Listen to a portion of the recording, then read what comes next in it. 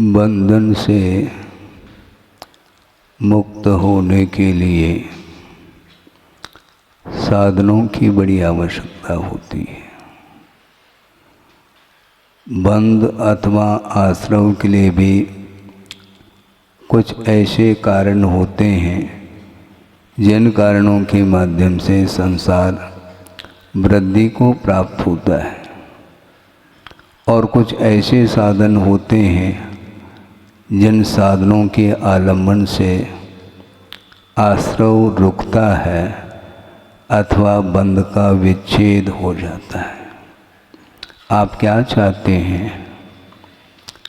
आश्रव चाहते हैं, बंध चाहते हैं, या बंध का विच्छेद चाहते हैं? और आज हम संसार से ऊपर उठना चाहते हैं। ठीक है, ऊपर उठना चाहते हैं तो 8-8, 10-10 खंड के जो भवन हैं उसमें लिफ्ट भी लगे हुए हैं। तो उस लिफ्ट के माध्यम से आप अभी वो ऊपर उठ रहे हैं, किंतु मोक्ष तक पहुंचने के लिए कोई भी लिफ्ट नहीं है, पहले से ध्यान रखें। लिफ्ट नहीं, और किसी को लिफ्ट नहीं दिया जाएगा। लिफ्ट इसलिए नहीं दिया जाएगा कि जो स्वयं हेयभूत पदार्थ को समझते हुए संसार से ऊपर उठने के लिए निरंतर पुरुषार्थ की ओर ध्यान रख रहा है, उसको कोई लिफ्ट की आवश्यकता नहीं। बिना लिफ्ट के वहाँ तक पहुँच जाएगा। लिफ्ट की व्यवस्था नहीं। ऊपर उठने के लिए स्वयं अपने आप को हल्का करना पड़ेगा। तो जो जितना हल्का होगा, जितना वह लघुत्व का अनुभव करेगा, तो लिफ्ट की क्या आवश्यकता है। एक समय में वह लोक के अग्रभाग पर पहुंच जाएगा, क्योंकि शरीरातीत अवस्था जब प्राप्त होती है तो अपने आप में किसी पर वस्तु के सहारा लिए बिना वह ऊपर की ओर गति कर जाता है। ऊर्ध्वगमन करना जीव का स्वभाव है, इसलिए स्वभाव की उपलब्धि के लिए हमें निरंतर प्रयास करना है। और आज इस पवित्र तिथि के दिन नेमावर सिद्ध क्षेत्र में गुरुदेव के कर कमलों से 23 दीक्षाएं संपन्न हुई थी। दिगंबर दीक्षा, उस समय संग में मैं भी उपस्थित था और उस दृश्य को देखने का अवसर मुझे भी प्राप्त हुआ।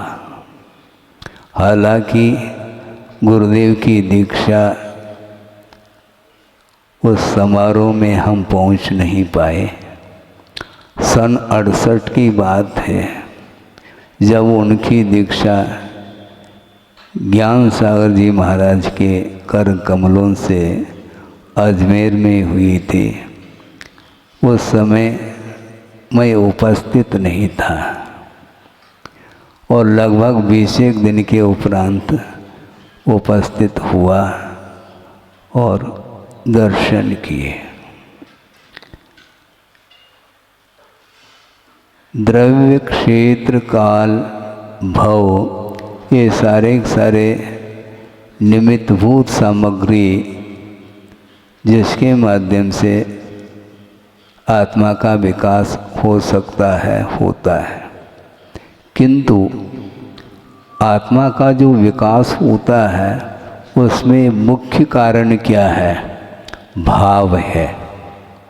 भावाश्रित मोक्ष मार्ग है, और उसके लिए बहिरंग साधन जो है उपयुक्त होना चाहिए द्रव्य, क्षेत्र आदि को लेकर के। तो सिद्ध क्षेत्र, सिद्ध वरकूट, हाँ, धीरे धीरे भूमिका बना रहा हूँ।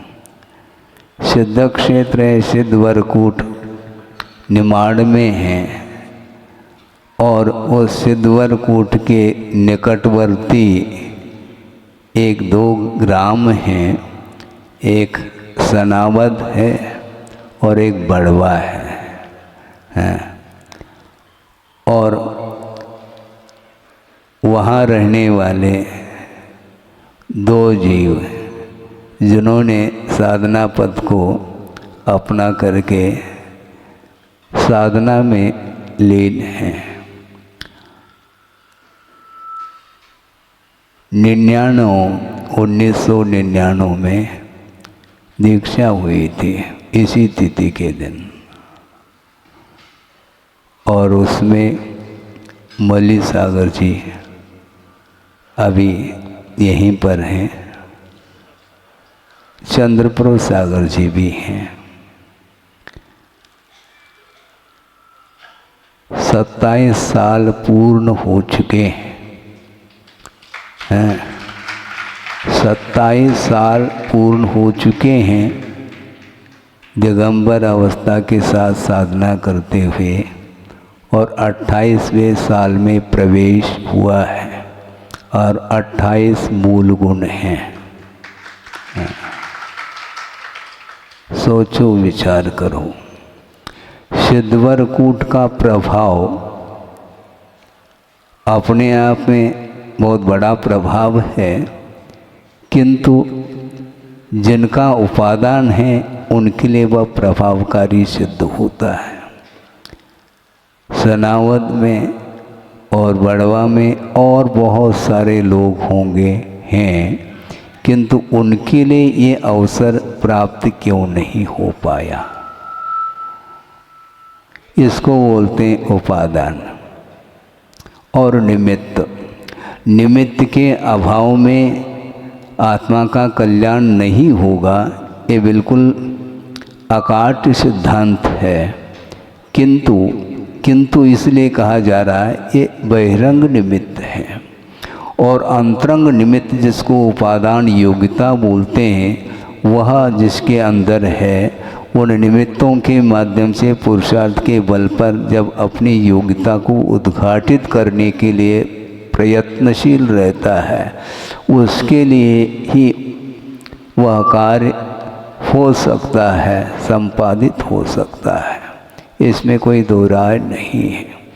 अभी ऊपर चर्चा चल रही थी, 10-15 मिनट चर्चा हो गई, उसमें बात यही निकली थी कि ज्ञेय ज्ञायक संबंध का अर्थ क्या होता है। ज्ञेय किसको बोलते हैं? ज्ञातुम योग्य ज्ञेय, जो जानने योग्य वस्तु है उसका नाम ज्ञेय कहा है। और ज्ञेय अनंत हैं, अपने अपने स्वरूप को लिए हुए हैं, और वो जानने में या जानने के योग्य होने के कारण उनको ज्ञेय कहा। अज्ञेय कोई वस्तु नहीं हुआ करती है, क्योंकि अज्ञेय कभी भी ज्ञान का विषय नहीं बन सकता है। इसलिए अभावात्मक कोई वस्तु नहीं हुआ करती।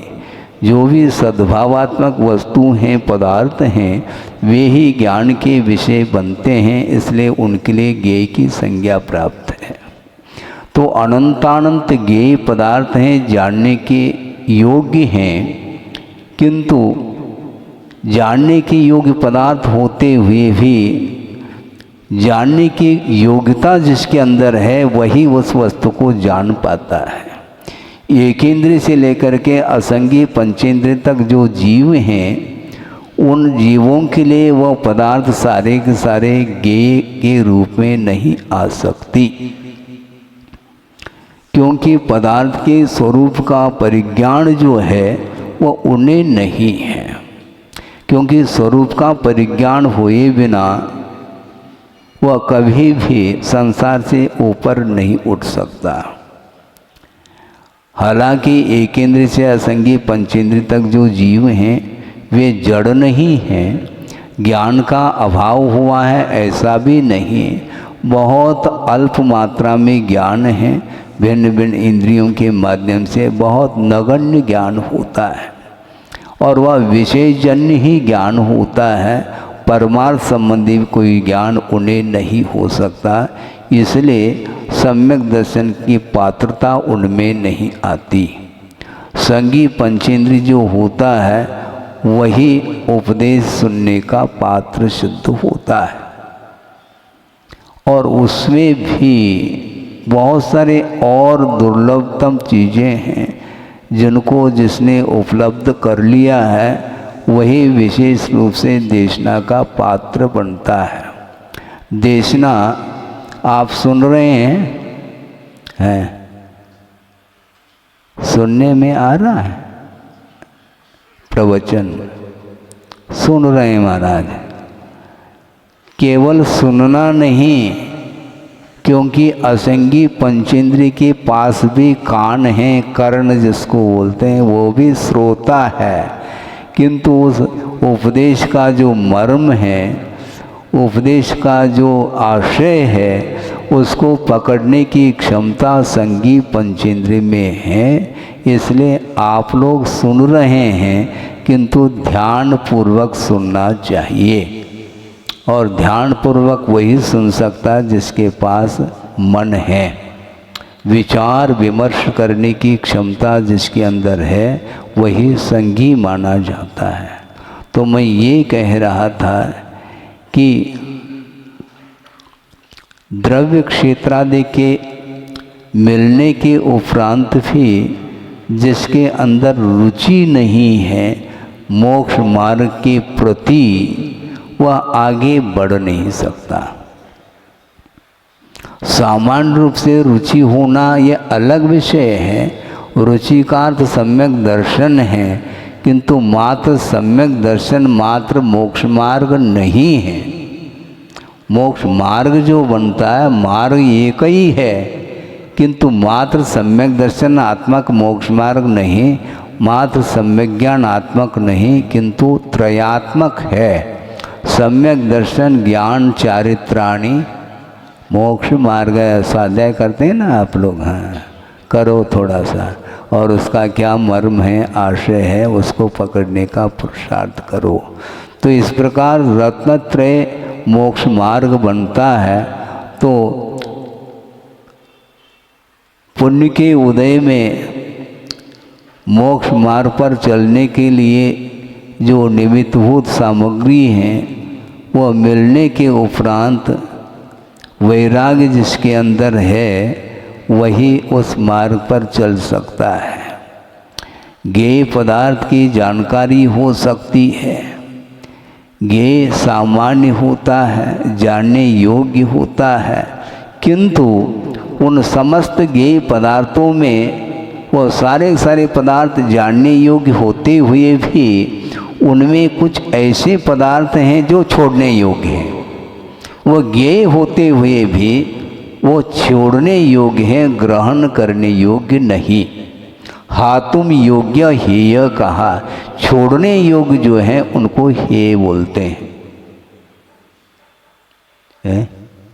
छोड़ने योग्य हेय, जैसे मूंगफली जानते हैं आप? हाँ, मूंगफली के जो दाने हैं वो फली के अंदर है। फली सहित लेते हैं क्या आप? हैं? पशु थोड़ी। उसको फोड़ करके उस फली में से दाने आप ले लेते हैं और फली को छोड़ देते हैं, अर्थात वह ये है। फली जिस प्रकार है वह पूरी मूंगफली ही है, उपादेय नहीं। वो वहाँ पर केवल जो है ना ग्रहण करने योग्य दाने आप चुन चुन करके ग्रहण कर रहे हैं और फली को छोड़ देते हैं, वो लेने योग्य नहीं। इतना ज्ञान आपको हो रहा है। तो उसी प्रकार मोक्ष मार्ग पर जो आरूढ़ होना चाहता है वो हेयभूत पदार्थ को पहला जानता है कि ग्रहण करने योग्य तो बाद में, छोड़ने योग्य क्या है। पंचेंद्रिय के विषय मात्र छोड़ने योग्य है। विषय कह रहा हूँ, हाँ, ज्ञेय नहीं कह रहा हूँ। 5 इंद्रियों के द्वारा ग्रहण करने योग्य बहुत सारे पदार्थ हो सकते हैं, किंतु वह सारे पदार्थ छोड़ने योग्य नहीं।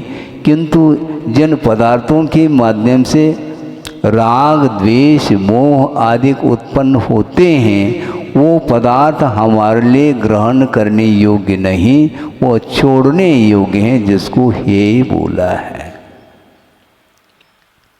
हे पदार्थ को छोड़ते है ही नहीं और उपाधि पदार्थ को हम ग्रहण करना चाहते हैं। एक हाइकू आपके सामने रख रहा हूँ, बहुत मार्मिक हाइकू है, प्रासंगिक है। इसलिए इष्ट सिद्धि में, आप सुन रहे हैं, गौर से सुनिए, इष्ट सिद्धि में अनिष्ट से बचना दुष्टता नहीं। क्या सुना?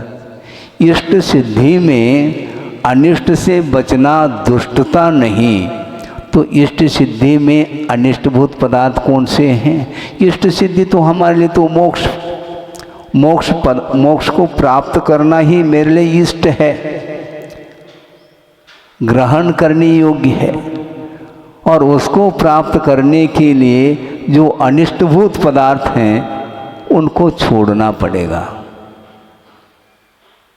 इष्ट सिद्धि में अनिष्ट से बचना दुष्टता नहीं, उसके प्रति हमारा कोई द्वेष भाव नहीं। हे अलग है और द्वेष अलग है, ये ध्यान रखें। हे और द्वेष में अंतर क्या महाराज? बहुत बड़ा अंतर है। हे का अर्थ है मेरे लिए आवश्यक नहीं है, हाँ, उसके प्रति अनिष्टता का भाव नहीं। मिथ्यात्व के प्रति भी द्वेष नहीं है हमारा, क्योंकि द्वेष संसार के लिए कारण है। वस्तु का स्वरूप जानो और वह ग्रहण करने योग्य है तो ग्रहण करो, छोड़ने योग्य है तो उसको छोड़ो। द्वेष क्यों करते हो आप? द्वेष नहीं करना किसी से भी, शत्रु से भी द्वेष नहीं किया जा सकता। शत्रु से द्वेष नहीं रखो और मित्र से राग मत रखो, ये कहा जा रहा है। क्योंकि राग और द्वेष ये छोड़ने योग्य पदार्थ हैं, ग्रहण करने योग्य नहीं। इसलिए गुरुदेव ये कहना चाह रहे हैं, इष्ट सिद्धि में अनिष्ट से बचना दुष्टता नहीं। महाराज हमारी ओर आप देखते ही नहीं। अच्छा, क्योंकि इष्ट सिद्धि में अनिष्ट से बचना है, तो अनिष्ट से बचना है तो हम क्यों देखें? महाराज हमारी तरफ देखते नहीं। भैया भगवान तो बन जाओ, हम आप ही को देखेंगे। हाँ बिल्कुल, इसमें क्या दिक्कत है? भगवान तो बन जाओ, हाँ, हमसे पहले मुक्त हो जा, हमें कोई परेशानी नहीं, कोई तकलीफ नहीं मुझे। लेकिन ऐसा होता नहीं है। इसलिए रागी, द्वेषी, मोही जो जीव हैं उनके प्रति देखो, लेकिन कल्याण की दृष्टि से देखो, राग की दृष्टि से नहीं देखना। और राग उत्पन्न हो सकता है, इसलिए सावधान रहो, ऐसा कहा है। इसी को बोलते अनिष्ट से बचना। ये दुष्टता नहीं, द्वेष नहीं। आप लोगों के प्रति हमारा कोई द्वेष नहीं, किंतु राग भी नहीं, ध्यान रखो। यदि राग है तो धर्मानुराग है, इससे बढ़ करके आगे नहीं बढ़ेंगे। संसारी प्राणी रागी है, विषयानुराग रखता है, और जो धर्मानुराग रखता है तो विषयानुराग रखने वालों से बचता है, और बचना चाहिए। इसी का नाम है। बचने का अर्थ क्या? जो ग्रहण करने योग्य नहीं है उससे बचना है। जैसे आप लोग बगीचे में चले जाते हैं और कांटों से बच जाते हैं। आप बचते क्या नहीं? बचते हैं, लेकिन फूल से भी बचो तो मैं मानूं। कांटों से तो बच जाता है, लेकिन फूल के प्रति जो लगाव है वह उसके प्रति अलगाव रखो। महाराज उसके प्रति अलगाव रखेंगे तो वहाँ जाने का क्या तात्पर्य है? वहाँ पर जा कर के उस प्राकृतिक वातावरण में श्रमण लोग जाते हैं उपवन में, किंतु वहाँ पर आराम करने के लिए नहीं। उसका नाम आराम जरूर रखा है, उद्यान है, किंतु वहाँ पर विश्राम नहीं लेना। विश्राम किस में लेना? ध्यान में विश्राम मिलता है। वहाँ पर जा कर के आराम के साथ सोने के लिए नहीं जा रहे हैं। वहाँ जाने के उपरांत अनुकूलता आवश्यक है प्राथमिक भूमिका में, प्रारंभिक भूमिका में। इसलिए प्रतिकूल वातावरण से अथवा रागपूर्ण जो वातावरण है उससे दूर हो कर के प्राकृतिक स्थान में जा कर के आत्म तत्व का वो चिंतन करते हैं। वहाँ पर उस प्रकृति के परिसर में वहाँ जाकर एक इंद्रिय आदि भी हैं, पेड़ पौधे फूल पत्ते आदि हैं, लेकिन उनको देख कर के उनका मन आकर्षित नहीं होता, किंतु संसार का बोध और हो रहा है। जगत का स्वभाव व सम्यक वैराग्यार्थम, वैराग्य के लिए, सम्यक अर्थात संसार से भीति के लिए हमेशा जगत के बारे में चिंतन करते रहते हैं और शरीर के स्वभाव के बारे में चिंतन करते हैं, तो निश्चित रूप से भीति संसार से उत्पन्न होती है और शरीर के प्रति राग समाप्त हो जाता है और वैराग्य उत्पन्न होता है। तो ये सारे सम्यक और वैराग्य को प्राप्त कराने वाले जो निमित्त हैं, उन निमित्तों का सदुपयोग किया है और सदुपयोग करने का भाव जागृत हुआ था। इसलिए उनके लिए गुरुदेव ने अपने पास स्थान दे दिया। चंद्रपुर सागर जी, मल्ली सागर जी और इसके पूर्व में प्रशस्त सागर जी, वो भी हैं। सिद्धवरकूट के समीपवर्ती 2 ग्राम हैं, बड़वा और सनावद। हम भी गए थे सिद्धवरकूट। वहाँ जाने से एक अलग ही महसूस होता है, शांति का अनुभव होता है। क्यों होता है? वहाँ पर प्रकृति के गोद में जिन्होंने वहाँ पर बरसों साधना की है, रत्नत्रय की साधना, उसके कारण वह क्षेत्र पवित्रतम हो जाता है। आप किसी सिद्ध क्षेत्र और अक्षय क्षेत्र में जाते हैं, वहाँ पर जाते ही अपने आप ही अनायास ही शांति का अनुभव होने लगता है, क्योंकि आत्मिक शांति मिलती है तो संतुष्टि मिलती है। क्या? आत्मिक शांति मानसिक और शारीरिक शांति से यह आत्मिक शांति बहुत पृथक अस्तित्व रखता है। मानसिक शांति मिल सकती है, मन के अनुरूप कोई वस्तु मिल गई, मानसिक शांति। शरीर के लिए भी कुछ मिल गया तो शारीरिक शांति है। ये तात्कालिक है और ये पर सापेक्ष है, किंतु आत्मिक जो शांति है वह किसी भी स्थान में आत्मिक शांति को वह साधना के बल पर प्राप्त कर लेता है। इसलिए इष्ट सिद्धि में अनिष्ट से बचना दुष्टता नहीं है। पंचेंद्र के विषय हमारे लिए इष्ट थोड़ी है। यदि इष्ट होते तो उनका विमोचन क्यों किया, उनको क्यों छोड़ा? 10 प्रकार के जो परिग्रह हैं उनको क्यों छोड़ा? मिल नहीं रहे थे क्या? मिलते हुए भी मुझे नहीं चाहिए, क्योंकि संसार के लिए कारणभूत है, इसलिए ये हे अर्थात छोड़ने योग्य है। दूसरी बात, एक महत्वपूर्ण विषय ये है कि जहाँ पर छोड़ने योग्य हैं वहीं पर त्याग का विकल्प भी आता है, किंतु जो छोड़ने योग्य नहीं है तो वहाँ पर त्याग का भी विकल्प नहीं आता। जैसे किसी ने कहा कि महाराज हमारा आजीवन जहर का त्याग है। हंस क्यों रहे हैं आप लोग? बहुत बड़ा पुरुषार्थ किया है क्या उसने? आजीवन महाराज नियम नहीं, यम के रूप में आजीवन आमरण जहर का त्याग करता। अरे जहर ग्रहण करने योग्य है क्या?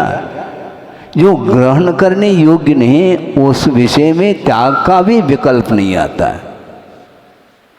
त्याग का विकल्प उसमें आता है जो ग्रहण करने योग्य है। ये प्रसंग फिर से बना रहा हूँ, पहले बना चुका हूँ किंतु प्रसंग आ गया इसलिए उसको जोड़ना आवश्यक है। अजमेर का वह प्रसंग है, आचार्य ज्ञान सागर जी महाराज बैठे हैं और बगल में गुरुदेव भी बैठे थे और उनके मुख से ही ये विषय हमें सुनने को मिला है।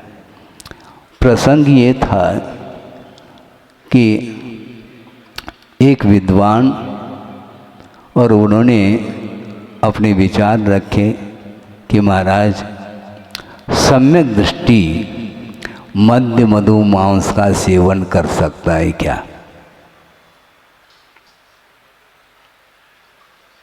क्यों? इसलिए उनका कहना था कि वह अविरति है, जिसने न अनुव्रत अंगीकार किया है न महाव्रत अंगीकार किया है, वह अविरत सम्यक दृष्टि माना जाता है।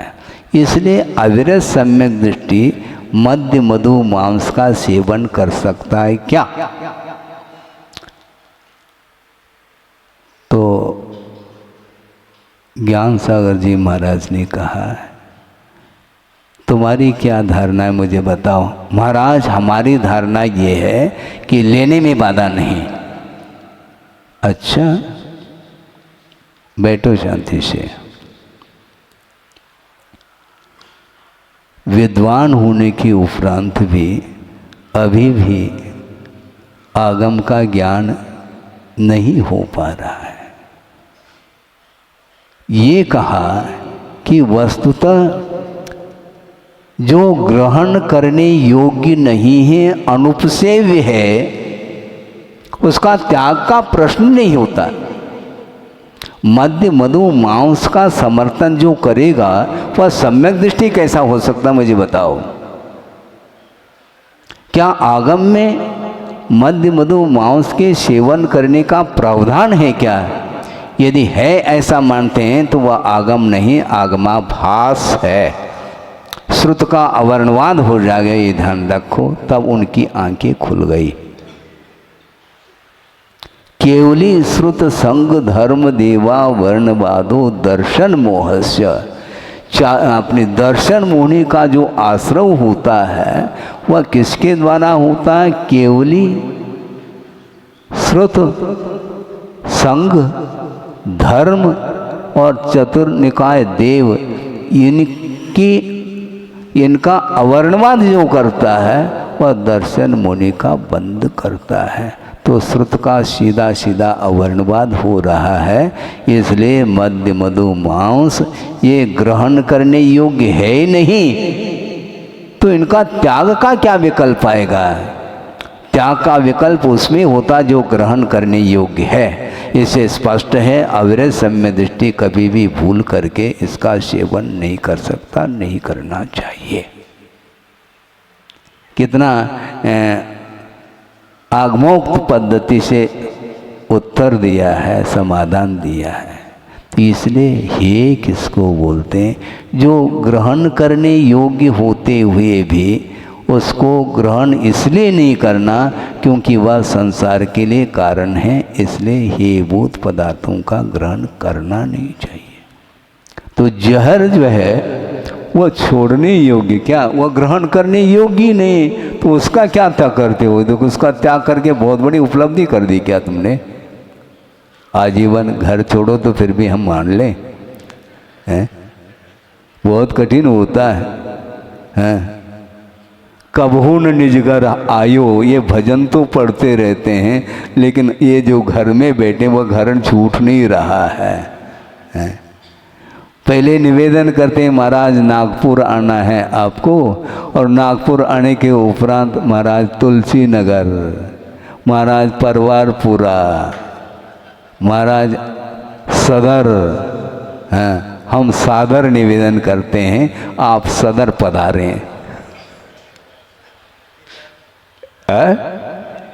तो फिर बाद में धीरे धीरे महाराज इधर इधर किधर इधर हमारा घर है, तो धीरे धीरे आप बढ़ते हैं। ये सारे सारे इन क्षेत्रों से, इन द्रव्यों से श्रवण को कोई भी प्रयोजन नहीं, इतना ही प्रयोजन है यहाँ पर आने का। यहाँ पर जो भी मुमुक्षु भव्य जीव हैं उनका कल्याण हो, उनके लिए आगम का ज्ञान प्राप्त हो, सच्चे देवगुरु शास्त्र का स्वरूप है, सच्चे देवगुरु शास्त्र का स्वरूप ज्ञात हो, और धीरे धीरे पंचेंद्र के विषयों से ऊपर उठने का भाव जागृत हो। इस उद्देश्य को लेकर के हम नागपुर आए, ध्यान रखना। हाँ बिल्कुल। और लगभग 20-25 दिन ज़्यादा हो गए, और यहाँ पर प्रतिदिन कोई न कोई व्यक्ति पुण्य का अर्जन करता है। इसका अर्थ और दूसरे नहीं कर रहे हैं कि हमारा विवक्षा है, आप समझने की चेष्टा करो। दान आदि के माध्यम से वह आगे बढ़ रहा है, इसी प्रकार बढ़ते चली जाए। शक्ति के अनुरूप दान त्याग इत्यादि करना चाहिए, ये मेन उद्देश्य है। तो इसलिए आज इस पवित्र तिथि के दिन 23 दीक्षाएँ हुई थी, और उसमें आज ही तिथि के दिन इसलिए याद किया है, क्योंकि दीक्षा की तिथि को याद करने से अपने आप भावों में और पवित्रता आती है। इसलिए आप लोग कल्याणक भी मनाते हैं। जन्म कल्याणक अलग है, दीक्षा कल्याणक, केवल ज्ञान कल्याणक। उस तिथि को याद करने से अपने आप धर्म के निकट पहुंचने का अवसर प्राप्त होता है। इसलिए इष्ट सिद्धि में अनिष्ट से बचना, ये दुष्टता नहीं, ये बहुत कैसे शब्दों के प्रयोग किए। जब इस हाइकू को पढ़ा हमने सोचा कि कमाल हो गया। इष्ट कौन सी सिद्धि है, उपादे क्या है, हे क्या है और गे क्या है, इसको समझना। तो आज इस प्रसंग में गे, हे और उपादे, इन तीनों का परिज्ञान हो रहा है। जानने योग्य जितने भी पदार्थ हैं वे सामान्य रूप से ज्ञेय माने जाते हैं, और उनमें कुछ ऐसे ज्ञेयभूत पदार्थ हैं जो संसार के लिए कारण होने के कारण उनको हे की संज्ञा दी है। उनके प्रति हमारा कोई न राग है न द्वेष है, किंतु क्या है महाराज आपकी दृष्टि में, वो हे है, आवश्यक मेरे लिए नहीं है, वो अनावश्यक है। हमारी ओर क्यों नहीं देखते? आवश्यक नस्य ममास्तु देवी। परम पूजाचार्य गुरुवर श्री विद्यासागर जी मुनि महाराज की जय।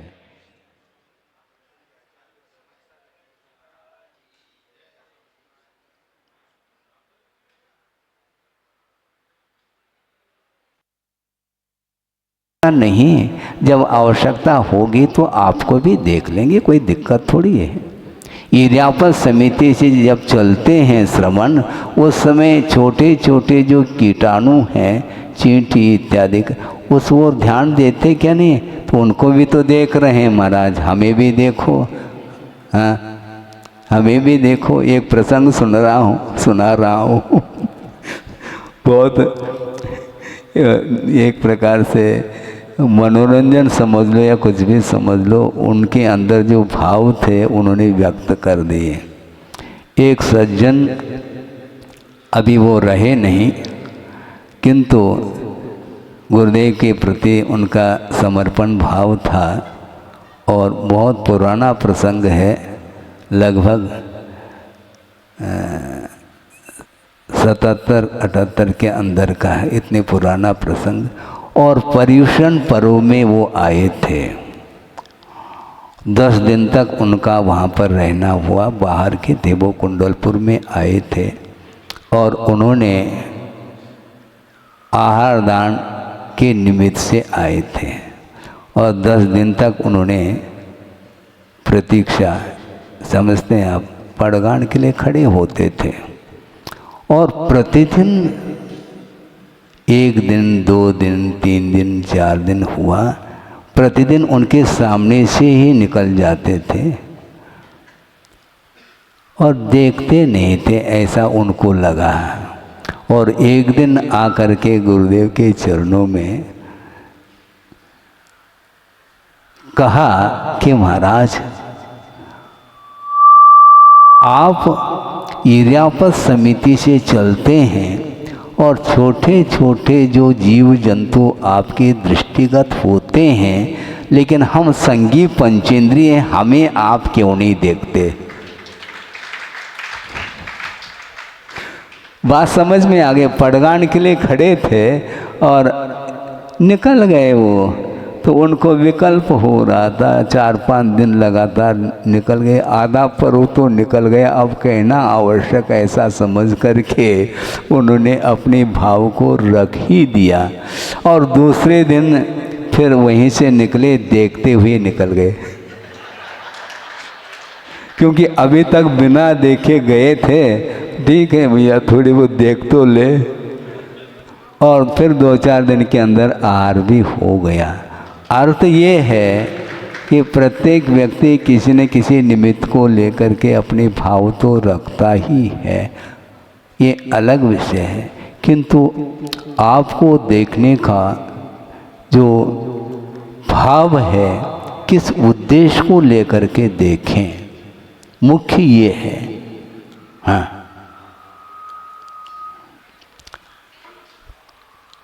कल्याण की दृष्टि से देखने में श्रवण लोग एक इंद्रिय को भी देखते हैं। बगीचे में बैठे हैं, चिंतन कर रहे हैं, रंग बिरंगे अनेक प्रकार के फूल और पौधे आदि देख रहे हैं, वृक्ष आदि देख रहे हैं, फल आदि देख रहे हैं, लेकिन देखते हुए भी उनकी दृष्टि किधर है और रागी की दृष्टि किधर जाती है। ग्रीष्म काल में गर्मी पड़ रही है और संसारी प्राणी कहाँ जाता है गर्मी के दिनों में? शिमला, शिमला मिर्ची नहीं, शिमला चला जाता है। वहाँ पर जा कर के वहाँ का जो वातावरण है, वहाँ की जो हरियाली है, तो उसको देखने के लिए जा रहा है। लेकिन उसे ये ज्ञान नहीं है ये आखिर हरियाली क्या वस्तु, वो एक केंद्रीय जीव हैं। समुद्र के तट पर चले जाते हैं, वहाँ पर ले जा कर के जो बड़े बड़े जो लहरें उत्पन्न हो रही हैं पहाड़ के समान, उसको देख कर के आह्लाद होता है संसारी प्राणी को, जबकि वो भी जल का एक जीव है। जीव की दृष्टि से वो देख नहीं रहा, मनोरंजन की दृष्टि से वह देख रहा है। इसलिए एक इंद्रिय को लेकर के भी चिंतन करते हैं। कीड़े मकोड़े जीव जंतु, जो क्षुद्र जीव जंतु हैं, उनको भी ध्यान का विषय बनाते हैं। देखो इसका कितना पतन है, ये किस कारण से पतन हुआ है, केवल हेयभूत पदार्थ के प्रति आकर्षित होने के फलस्वरूप ये पाप हुआ है, और ये पाप का परिणाम है, और परिणाम का अर्थ ही पर्याय है। ये जो पर्याय मिली है, निकृष्ट पर्याय, ये पाप का परिणाम है। इस प्रकार श्रमण लोग चिंतन करते हैं। इसलिए कर्म निर्जरा प्रति समय उनकी होती रहती है, किंतु संसारी प्राणी की दृष्टि में ये जीव नहीं आ पाते। ये विषय इसी को बोलते हैं। उनके लिए तो जीव नज़र आ रहा है, और संसारी प्राणी के लिए वह विषय के रूप में देख रहा है। इसलिए ज्ञेय के रूप में देखोगे तो राग द्वेष से ऊपर उठ पाओगे, और उपादेय के रूप में यदि देखोगे तो निश्चित रूप से पतन होगा। क्योंकि उपादेय का अर्थ ग्रहण करने योग्य पदार्थ, तो इन ज्ञेयभूत पदार्थों में ग्रहण करने योग्य पदार्थ कौन से हैं? शुद्ध परमात्म तत्व ही उपादेय है। समय हो रहा है, यदि ये विषय और रह जाए तो फिर कल भी थोड़ा सा और परोसा जा सकता है कि उपादेय का अर्थ ग्रहण करने योग्य पदार्थ, शुद्ध परमात्म जो तत्व है वह ग्रहण करने योग्य है।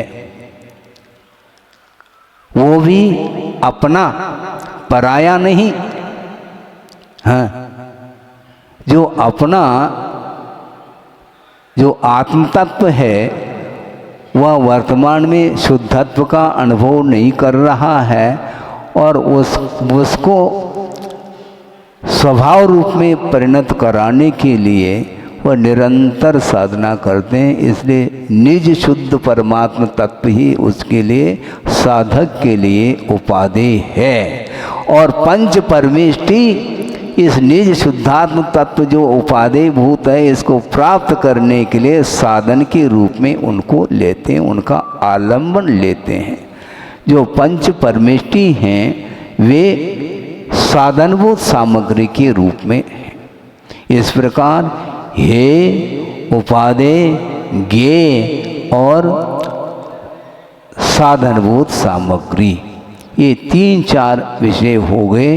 इसलिए ग्रहण करने योग्य क्या है, इसका परिज्ञान जब तक नहीं होगा तब तक उसकी धारणा, उसके विचार विपरीत होते चले जा रहे हैं।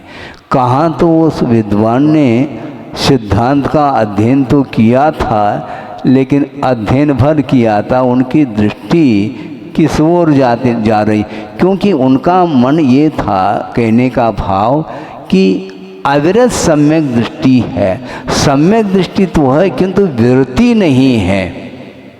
उसने न अनुव्रत अंगीकार किया न महाव्रत किया, तो ऐसी स्थिति में अविरति है। तो अविरति क्या है?